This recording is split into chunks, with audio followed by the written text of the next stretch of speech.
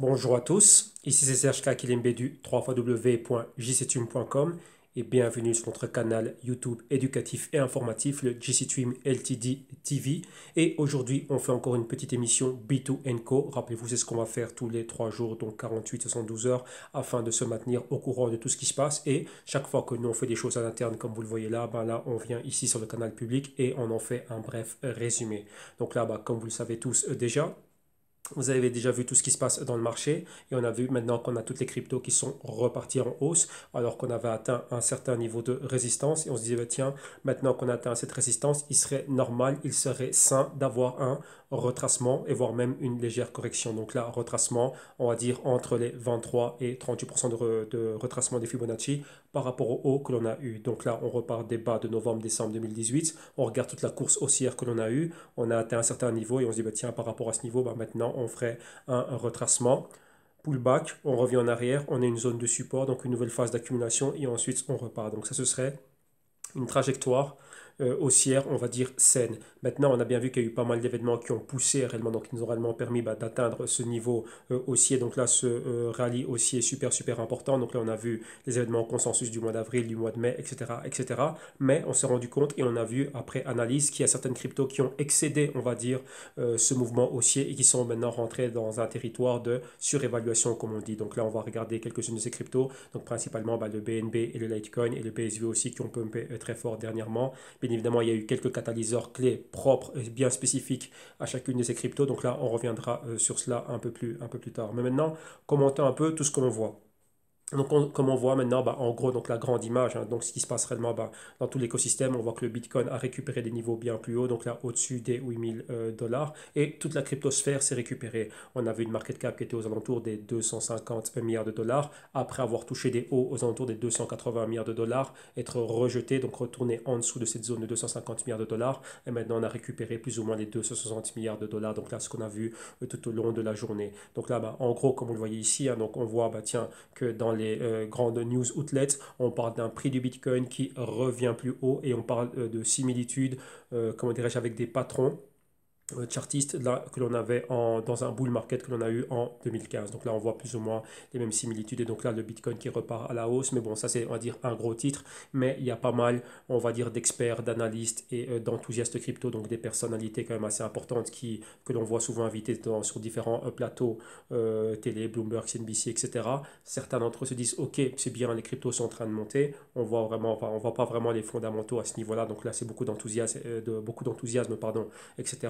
Mais on se dit, tiens, il faudrait quand même avoir un petit retracement, une petite correction de temps en temps, ce serait sympa, ce serait beaucoup plus ça. Donc là maintenant, on voit qu'on est en train de monter, de monter, de monter, de monter, mais jusqu'où on va aller, rappelez-vous, on est dans une phase de hausse parabolique. Donc là, voilà comme introduction. Maintenant, si on regarde un peu ce qui se passe, vous voyez ici derrière le BTC qui atteint une zone des 8300.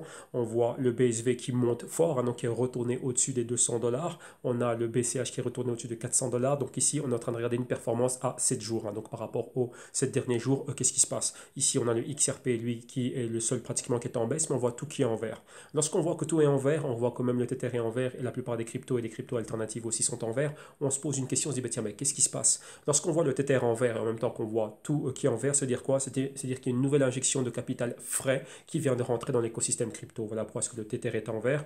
Et ensuite, ce capital on va dire, dispatché, donc redistribué à travers tout l'écosystème. Donc on voit le Bitcoin, on voit le BCH, on voit le BSV, le ETH aussi qui remonte, le EOS aussi qui remonte, le Litecoin, donc ça ce sont vraiment les cryptos qui sont en train de monter très fort, donc Litecoin qui a pratiquement 20% aujourd'hui, tiens, quel est réellement, si on doit se poser une question sur le Litecoin, quels sont réellement les fondamentaux qu'on a au niveau du Litecoin? Parlons juste certaines métriques, donc création de wallet, beaucoup plus d'adoption au niveau de tout ce qui est marchand, donc là c'est bien évidemment marchand, on va dire e-commerce, etc., etc., on a vu que Litecoin, tiens, il est déjà bon tel qu'il est, mais on n'a pas vu réellement beaucoup plus de choses se faire à ce niveau-là, donc réellement pourquoi est-ce qu'on monte? Et là, la seule et unique réponse que l'on a maintenant, c'est vraiment l'engouement, le FOMO que l'on a autour du fameux événement, je crois que c'est au 7 août qu'on va voir le halving, donc la réduction de la récompense, comment dirais-je, pour les mineurs. Et donc voilà en gros ce que l'on a. Donc là, ça c'est ce qui est en train de générer toute cette hausse et on voit que ça perdure. Donc là, ça commence déjà maintenant. Et vu qu'ils sont en train de,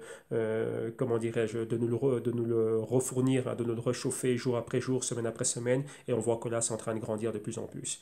D'un autre côté, on a Binance, donc le BNB qui est en train de monter. Pourquoi réellement est-il en train de monter? Comme vous voyez là, juste derrière, là c'est l'émission que l'on a fait aujourd'hui. Donc là, pour tous ceux qui sont abonnés au CryptoBlock News. Et on a vu une chose clé, que le BNB est en train de monter. Pourquoi? Parce que maintenant, on peut directement avoir accès au BNB à travers des cartes de Visa, et, enfin Visa, Mastercard, débit et crédit. Avant, on pouvait acheter des cryptos sur Binance avec ces cartes débit crédit. Il n'y a pas longtemps aussi que c'était comment dirais-je, intégré, donc ça c'était courant 2019, enfin courant on va dire premier semestre 2019, mais maintenant c'est spécifiquement le BNB auquel on a accès avec carte de débit et de crédit. Donc là, c'est encore un boom en plus. Et rappelez-vous hein, que le Binance, avec leur Launchpad et tout ce qu'ils ont mis sur pied, bah tiens, ça a généré une véritable demande, enfin une demande en plus, donc un nouveau cas d'utilité en plus pour le BNB, qui est un jeton qui est utilisé pour participer à ces IEO, donc Initial Exchange Offering, donc des types de ventes aux enchères. Hein. Donc rappelez-vous que c'est une version améliorée, si je peux dire ça comme ça, des ICO qui, comment dirais-je, qui étaient perpétrés sur Ethereum, mais ici fait d'une manière, on va dire, beaucoup plus organisée, beaucoup plus filtrée. Donc c'est le mot correct. Hein. Filtrer réellement ici l'offre de jetons qui vont être émises à travers le, comment dirais-je, la plateforme Binance, bien évidemment, qui maintenant ils ont leur Binance Chain, etc., etc. Mais maintenant, le fait de rajouter cela en plus, donc c'est quoi? C'est un casse-tête en moins. Qu'est-ce que ça veut dire casse-tête en moins? Bah tiens, on peut arriver directement et on peut acheter, comment dirais-je, du BNB de manière beaucoup plus simple. Tout simplement, bah, j'ai ma carte, je viens, j'achète, boum, et ça y est, et c'est fait. Donc là, voilà ce que l'on voit, le BNB qui est en train de monter fort, et on voit que tout l'écosystème maintenant est reparti dans le vert, à l'exception ici du XRP qui lui est dans le rouge. Donc là, voilà tout simplement tout ce que l'on a. Maintenant, on va regarder un peu du cas par cas. Qu'est-ce qui se passe? Et on va commencer par le Bitcoin. Ici, on a un graphique du Bitcoin. Et lorsqu'on regarde ce graphique, on se dit quoi? On se dit, tiens, la semaine dernière, rappelez-vous, hein, donc là, c'est un graphique journalier. On a le Bitcoin ici qui est dans la zone, on va dire, qui est dans la zone des 8 000 $. On a notre moyenne mobile de 30 jours ici, rappelez-vous, vu que les cryptos ne ferment pas, donc c'est du 24, 7 sur 7. Donc ici, il est, selon moi, rappelez-vous, ça c'est mon opinion, c'est ma manière de voir les choses. Moi, je mets une moyenne mobile de 30 jours. Il y a une question, je passais sur le canal et j'ai vu qu'il y a un abonné du canal qui me posait une question qui disait, tiens, pourquoi utiliser une moyenne mobile de 30 jours alors que la plupart utilisent une moyenne mobile de 20 jours? Question ultra, ultra intéressante, donc un grand merci pour cette question. Et donc là, j'y réponds ici de manière et de façon générale pour toute l'audience. La chose étant, c'est quoi? Wall Street opère 5 jours sur 7, donc lundi, mardi, mercredi, jeudi, vendredi. Et ensuite, donc sur un mois, on a 4 semaines, 4 fois 5, ça fait 20. Donc voilà pourquoi est-ce que j'utilise la moyenne mobile de 20 jours. C'est juste par rapport à ça, c'est que dans un mois, il y a 20 jours de trading. Maintenant, dans les cryptos, on n'opère pas du lundi au vendredi, c'est du lundi au dimanche, 24 sur 24, 7 sur 7. Donc ici, si je veux voir ce qui se passe sur un mois, pour moi, lorsque je regarde ça, ça n'a rien à voir avec Wall Street. Ici, c'est un actif qui ne ferme pas, qui quoi que ce soit, il n'y a pas de congé, il n'y a pas de jour férié, il n'y a rien du tout. Donc ici, pour moi, la logique serait comment dirais-je, d'utiliser comme indicateur une moyenne mobile simple de 30 jours. Donc tout simplement, voilà. Rappelez-vous donc, j'adapte cela à l'actif. Donc là, c'est une chose qu'il ne faut pas oublier. Donc là, il faut adapter les indicateurs à l'actif. Donc c'est très très très important. Parce que vous avez vu que tous les pros de Wall Street, lorsqu'ils ont tous essayé de faire des projections, prendre les métriques fondamentales qu'ils utilisaient pour les actions, pour ci, pour ça, pour le gold, pour le pétrole, ok, c'est un bon point de départ, mais si vous avez bien fait attention, ils ont tous foiré leurs prédictions de fin d'année pour le Bitcoin. Ils parlaient tous de 20 000, 25 000 et au-delà, le Bitcoin a fini l'année à 3 800, 3 200, enfin soit en dessous de leur comment dirais-je, de leur prévision. Et si vous regardez dans l'historique du canal ici, voilà, nous on avait la prédiction, comment dirais-je, la prédiction contraire avec des niveaux, même pas prédiction, mais des niveaux clés tout simplement sur nos humbles analyses. On se dit, tiens, nous on voit tel niveau, là je vous laisse découvrir vous-même, regardez tout ce qu'il y a dans le canal, rien n'a été effacé dans les vidéos que l'on a, donc là, toute la librairie, les archives, elles sont là. Revenons-en à nos moutons et ce qui se passe aujourd'hui, vu que ça, c'est ce qui nous intéresse. Donc, on a eu cette interaction ici avec la moyenne mobile de 30 jours que l'on voit ici qui est en train d'évoluer et qui maintenant est pile poil au niveau des 8 000 $. Donc, à un niveau clé, donc à un niveau psychologique. On voit qu'on était légèrement en dessous. et là on revient légèrement au-dessus. Rappelez-vous, lors de notre dernière émission, on parlait d'un A, B, C, D qui est toujours là. Donc là, on pourrait revoir des niveaux, donc les 7000 et les 6000. Donc rappelez-vous, hein, toujours dans cette optique de quoi? De niveau de retracement. On n'a pas un mouvement parabolique, comment dirais-je, jusqu'à l'infini. À un moment donné, tiens, il y a des retracements qui se font. Maintenant, on voit qu'on a un long mouvement horizontal avec le support des 7000 et la résistance ici au-delà des 9000. Donc on a ces $2000 de spread. Et si on prend les 6000, 6500, on a plus ou moins $2500 de spread. Pour le moment, on va dire qu'on est dans cette partie supérieure. On s'est posé sur les 7500. On repart rechercher les 8000, voire les 8200. Donc ça, c'est ce que l'on voit. Maintenant, on voit qu'on a un arc ici qui parle des zones des 7400, 7500, d'où réellement on avait le point le plus bas dans ce momentum, on va dire, haussier. Et qu'est-ce qu'on voit? Depuis qu'on avait plongé, on va dire, en dessous de la moyenne mobile de 30 jours.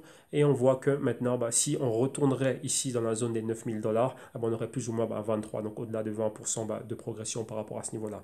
Est-ce que réellement c'est quelque chose qui est possible? Oui, c'est tout à fait probable d'avoir cela. Si vous vous rendez bien compte, on est à mi-chemin. Donc d'un côté, on est quoi? On est entre l'indécision de continuer le retracement et d'aller vers les 7000 et pourquoi pas vers les 6500. Et d'un autre côté, tiens, si on se récupère, effectuer ce qu'on appelle un V de victoire, enfin c'est comme ça que nous on l'appelle ici, et retourner vers les 9000 $. Donc voilà en gros ce que l'on voit ici avec le Bitcoin. Et donc ça, ce seront des choses qui sont comment dirais-je, à forte probabilité. Vous voyez que le marché maintenant, il est, on va dire, entre deux tendances. Donc vraiment, il est à mi-chemin. Donc on a vraiment cette forte indécision. On le voit avec les petites bougies et un tout petit volume. Vous voyez que le volume était beaucoup plus convaincant. Il y avait beaucoup plus de conviction lorsqu'on voulait être baissier. Donc on a baissé avec conviction. Et là, maintenant, on se récupère à tâtons. Maintenant, qu'est-ce qu'il y a? Il ne faut pas oublier qu'avec le Bitcoin, une chose aussi que nous on a analysé, c'est pas mal, comment dirais-je, le rapport de tout ce qui est crypto markets par rapport à la bourse, donc au stock market traditionnel et d'autres actifs. Vous voyez que maintenant, au niveau macroéconomique, il y a beaucoup de tensions. Tensions États-Unis-Chine, tensions États-Unis-Mexique, etc., etc. Les guerres commerciales, les pourcentages, on va dire, d'impôts, donc des tarifs, comme Donald Trump le dit si bien, qui vont être rajoutés sur les importations qui proviennent de ces pays, donc du Mexique et de Chine, etc., etc. Donc ça, il y a beaucoup de remue-ménage dans le marché. Donc on voit maintenant qu'il y a beaucoup de personnes, et à l'étranger, comme ici en Europe et comme aux États-Unis, surtout des investisseurs, qui vont chercher des stocks de valeurs, donc des valeurs refuges. Et il y a une thèse qui voulait que le Bitcoin réponde à cela et que ce soit l'une des clés, je n'ai pas dit la clé, mais j'ai bien dit l'une des clés qui aurait favorisé l'appréciation du prix du BTC et qu'il soit haussier, comme on l'a vu récemment. Donc là, cette thèse, elle reste à vérifier. Enfin, même pas à vérifier. Ça peut être vrai, mais rappelez-vous, c'est au jour le jour ici. Lorsqu'on touche à des données macroéconomiques et pas mal de choses comme ça, bien évidemment, ça, ce sont des gros catalyseurs. Mais dans le cas de tout ce qui concerne, on va dire, États-Unis, Chine, mais si on prend ça au niveau des données macroéconomiques, ce sont des données qui sont publiées chaque mois et tous les trimestres, donc c'est-à-dire tous les 3 mois. Donc, il faudrait avoir un parallèle entre l'évolution du Bitcoin et ces données macroéconomiques, oui, les prendre en parallèle et regarder, tiens, qu'est-ce qui se passe et voir si on a des corrélations positives ou négatives, mais qui se maintiennent sur des périodes de temps, on va dire, minimum à ce niveau-là, donc minimum un trimestre. Et ici, vous voyez que ce sont des news au jour le jour. Donc là, voilà en gros ce qu'on a. Mais pour en revenir au Bitcoin et des probabilités, des projections de prix, donc là, on voit qu'on est réellement à un niveau clé. Donc là, maintenant, on reteste les 8000 $ comme étant cette zone de résistance. Maintenant, on passe légèrement au-dessus, on atteint les 8200. Maintenant, il faut voir est-ce qu'on va pouvoir maintenir cela. Si on regarde un peu, comment dirais-je, par le passé, ici, on voit qu'aux alentours de la mi-mai, donc lorsqu'on avait les événements, Consensus, Blockchain Week, etc., c'était déjà un niveau de résistance. Et ensuite, on a perforé ce niveau, comme on le voit ici, fin mai, atteindre un pic, revenir retester ce niveau comme support, le reperforer, aller plus bas, donc zone des 7500, zone des 7000, et maintenant récupérer. Donc on peut se dire une chose, c'est quoi? C'est qu'on est en train d'évoluer par tranche de 500 $, donc 7005, 8000, 8000, 8005, 8005, 9000, et donc là, jusque-là, on verra. Donc voilà pour le Bitcoin, on s'est pas mal attardé dessus, mais bon, c'est quand même super, super important. Passons au suivant, maintenant Litecoin, comme on l'a vu au début d'émission, qui est en train de pumper très très très fort. Et on se rend compte d'une chose, on voit que ici, fin mai, début juin, on avait atteint un niveau qui était des 120 $. Par rapport à la moyenne mobile de 30 jours, on voit qu'on était pas mal éloigné. Revenir retester cette moyenne mobile, l'utiliser comme tremplin, revenir. Donc là, revenir où? Aux 120 $. Donc 120, 100, 100, 120. Donc un V de victoire. Donc ici, vous voyez qu'un spread de 20 $. Atteindre les 120 $ et passer au niveau supérieur. Donc encore 20 $ et prendre 20 $ et atteindre la zone des 140 $, flirter avec les 145. Maintenant, vous voyez que si le même patron, on va dire, se répète et qu'on a, on va dire que ça c'est, comment dirais-je, le patron d'évolution ABCD, donc de canal haussier pour le Litecoin, et donc là on pourrait revoir probablement tiens, de 140, redescendre ici pour atteindre les 120. Donc vous voyez que cette semaine est haussière, bien évidemment, vu qu'on a commencé la semaine aux alentours des 110 dollars, propulsé vers le haut, atteindre les 145 dollars, maintenant avoir un léger retracement. Donc là, comme on l'a vu au début d'émission, la semaine, donc le week est positif pour le Litecoin. Maintenant, bah tiens, est-ce qu'on va, comment dirais-je, répéter le même patron? Donc, oui, exactement se maintenir au nord de la moyenne mobile de 30 semaines, pardon, de 30 jours, excusez-moi, 30 jours, revenir là, retester ici comme support, et ensuite être repropulsé à la hausse. Donc là, effectuer encore un autre V de victoire. Donc là, 120, 100, 100 à 120, maintenant 120 à 140, 140 à 120 et de 120 probablement les 140. Donc ça, c'est si on prend le Litecoin en absolu. Donc on le prend lui tout seul et on regarde comment il est en train d'évoluer. Maintenant, n'oubliez pas qu'il faut prendre cela au sein du marché et regarder tout ce qui se passe en parallèle avec ce que j'ai dit il y a quelques instants par rapport à tout ce qui se passe au niveau du stock market et tout ce qui est global macroéconomique. Donc là, voilà pour le Litecoin. Poursuivons maintenant, on a le BSV, donc là dans le top 10, hein, ces cryptos qui sont en train de pumper énormément et on le voit avec le BSV.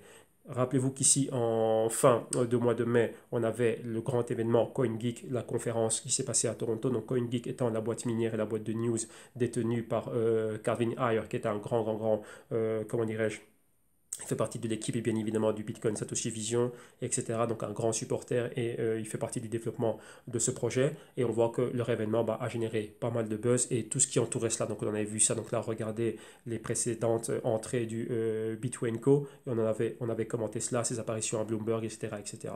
avec les commentaires qu'il avait fait en faveur du BSV. On voit qu'ici au niveau journalier, on a une espèce de drapeau haussier. Et on voit que depuis qu'on a atteint les niveaux hauts, donc on a flirté avec les 260 dollars, on est revenu, donc beaucoup de volatilité, hein, donc 260 dollars, retombé aux 180, etc., etc. Maintenant, tenter encore de repartir au-dessus des 200 dollars, flirter avec les 220, maintenant on est aux alentours des 210, donc on se maintient ici dans, comment dirais-je, dans cette phase haussière, hein, donc on a un grand drapeau haussier. Maintenant on constate une chose, que ici, lorsqu'on était dans cette zone de 60, 70 et 80 dollars, on était scotché, on va dire ça comme ça, à la moyenne mobile de 30 jours. Depuis qu'on a décollé, on n'est pas revenu la retester. Ici, on a eu une tentative, mais très timide, on était ultra éloigné et le buzz des événements fait qu'on a continué à monter.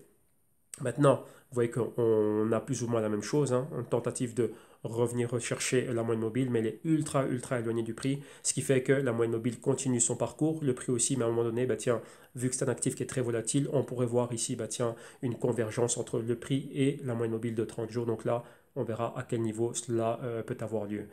En juger juste par la trajectoire 45 degrés d'inclinaison vers le nord car cette moyenne mobile de 30 jours, on pourrait voir, bah tiens, cette moyenne mobile continue à progresser, atteindre la zone des 160, 175, pourquoi pas les 180, et si le prix fait un retracement, donc là c'est à ce niveau-là qu'on pourrait voir, bah tiens, cette moyenne mobile jouer, exercer le rôle de support pour le prix, lui permettre d'avoir une convergence avec le prix et d'avoir une interaction dans ces zones-là. Donc voilà plus ou moins ce qu'on pourrait voir. Donc la zone des 170, 175, donc là ce serait une zone à forte probabilité de retracement ici pour le BSV. Poursuivons maintenant avec la dernière crypto qui a fait pas mal de vagues cette semaine-ci et c'est le ADA de Cardano. Pourquoi? Parce qu'ils ont lancé leur nouvelle, enfin mis à jour leur feuille de route dans laquelle ils ont bien détaillé quelles sont les phases clés, donc la phase Byron, Shelley, Gauguin, la phase Bach et la phase Voltaire, donc là toutes les phases qui vont avoir, donc toutes les phases avec toutes les implémentations qu'ils sont en train de faire, donc les contrats intelligents, le langage, les smart contracts, etc., améliorer le proof of stake, etc., etc. Il y en a aussi qui a eu une étude qui avait jugé EOS beaucoup trop centralisé et EOS qui avait une activité, donc des faux volumes, vu que la plupart de ces applications décentralisées n'étaient fréquentées, on va dire, en grande majorité et en grande partie par des bots, donc tout ça, c'était des transactions algorithmiques, donc par des robots, et non des transactions organiques effectuées par des êtres humains. Donc, des agences de notation crypto ont déclassé et ont diminué la note de EOS et ils ont dit, bah, tiens, maintenant, bah, si on veut vraiment avoir une véritable blockchain proof of stake dans les règles de l'art où réellement l'activité est organique, eh ben, tiens, nos regards se tournent maintenant vers le ADA. Donc, c'est aussi c'est aider le ADA à être super haussier. Mais comme on voit, ADA, après avoir atteint sa zone des 10 cents, il y a eu pas mal de volatilité. Donc là, pas mal d'interactions avec la zone des 10 cents. Et vous voyez beaucoup de volatilité. Hein. Bien évidemment, on évolue toujours au nord de la moyenne mobile de 30 jours. Mais vous voyez qu'on est revenu la revisiter à maintes reprises. Et là, maintenant, encore une fois, après avoir atteint les 10 cents, après le lancement de la nouvelle feuille de route, les bons commentaires positifs, comment dirais-je, par rapport au projet, on a vu encore revenir dans la même zone et être rejeté identiquement comme ici les fois précédentes, hein, 1, 2 et 3 fois. Donc maintenant, vous voyez qu'on a cette interaction avec la moyenne mobile de 30 jours. Donc, vous voyez qu'on est en train de zigzaguer autour de cette moyenne mobile. Et voilà exactement où on est. Donc, entre les 10 cents et la zone ici des 8 cents et demi, plus ou moins. Donc, voilà ce qui se passe ici avec le ADA. Donc, là, bonne news, bonne perf. Et là, c'est une des cryptos qui, comment dirais-je, a fait bonne impression durant la semaine. Donc, on va voir, bah, tiens, est-ce que ça va continuer? Mais bien évidemment, maintenant, c'est une feuille de route. Maintenant, il faut déployer. Il faut mettre sur pied ce qui a été dit, commenté et ce sur quoi ils travaillent dans cette feuille de route. Donc là, bah, on attendra beaucoup plus de news provenant bah, de l'équipe IOHK et de Emurgo et de la fondation Cardano. Et bien évidemment, bah, c'est ici qu'on termine. Donc rappelez-vous qu'on a des promotions d'été pour tous ceux qui nous contactent et qui veulent vraiment bah, avoir accès à ce qu'on fait en interne. Bon, là, on ne voit pas spécialement bien vu l'éclairage et tout ça, mais bon, là, ce sont les émissions que nous, on fait au quotidien. Donc, là, au quotidien, on suit en moyenne 6 à 7 cryptos par jour, on décortique le tout par catégorie et on analyse les news, on analyse ce qui se passe au niveau des fondamentaux et on fait un parallèle avec le prix bah, pour voir bah, tiens, où on va et toujours reprendre la température et savoir où en sont chacun de ces projets. Donc, on a fait une promotion spéciale été pour le deuxième semestre, donc juin, gratos et juillet, août, novembre, enfin juillet jusqu'en fin d'année, donc du mois de juillet, enfin du 1er juin jusqu'au 31 décembre, une offre promotionnelle pour pour les derniers 6 mois de l'année. Donc là, voilà qui est fait. Maintenant, on poursuit et bien évidemment, il y a aussi la formule mensuelle qui est en promotion aussi. Donc là, ça va être le prix définitif. Donc le prix, comment dire, dorénavant, ça va être ce prix mensuel et l'abonnement trimestriel, donc des périodes de 3 mois. Donc là, qui sont offertes aussi avec des promotions. Il y aura encore des promotions pour l'année 2020, donc l'année tout entière, et différents packs avec d'autres services que l'on met sur pied qui seront disponibles, on va dire, pour le dernier trimestre de l'année. Non, non, on va faire une promotion spéciale pour la rentrée. Donc là, bah, tous ceux qui sont intéressés, donc ceux avec qui on a déjà eu des interactions, donc là, vous allez vous reconnaître vous-même, qui nous ont téléphoné et qui nous ont envoyé des emails par rapport à ça. Bah, j'espère qu'on a pu répondre à vos questions. Et tous ceux qui se sont, comment dirais-je, inscrits, bah, bienvenue à vous tous. Donc là, bah, voilà ce qui se passe. Et petites annonces, d'ici ce week-end, il y aura une nouvelle vidéo promotionnelle, enfin une vidéo promotionnelle, mais une présentation de notre nouveau service, donc le VAM, Virtual Autonomous Asset Management, qu'on va lancer. Donc il y aura une longue vidéo de présentation.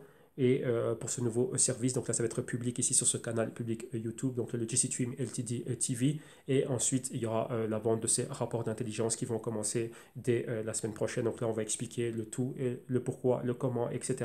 dans la vidéo de présentation qui arrivera d'ici ce week-end. Donc là ça dépend de ce que vous avez vu ça. Donc on est le 13 juin, donc on a le vendredi 14, samedi 15 et dimanche 16. La présentation va être publiée. Et ensuite à partir de la semaine prochaine, donc d'ici la fin du mois de juin, le rapport est en train d'être finalisé, donc là, peaufiner les derniers petits détails et la prévente sera déjà disponible dès lundi prochain.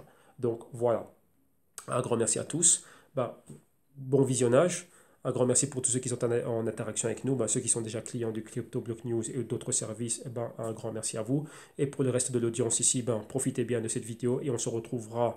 Je pense qu'on va faire une vidéo ouais, lundi soir, c'est mieux parce qu'on a dimanche, on fait, non, samedi, enfin demain, on fait les deuxième partie des plateformes.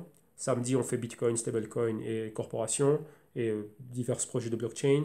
Enfin, diverses interactions de blockchain provenant des corporations et qu'est-ce qu'elles font dans la blockchain. Donc Microsoft, IBM, etc., etc. Dimanche, on fait les digital currencies, donc Bitcoin Cash, BSV, Litecoin, Dash, etc. Lundi, on fait les premières plateformes, donc Ethereum, ADA, EOS, etc. Ouais, donc lundi soir, entre lundi et mardi, on aura une émission spéciale. Enfin, une spéciale, on aura une autre section Bitwenco. Donc voilà, un grand merci à tous, bon visionnage, bonne soirée, bon week-end et on se retrouve lundi soir. Merci à tous, bye bye.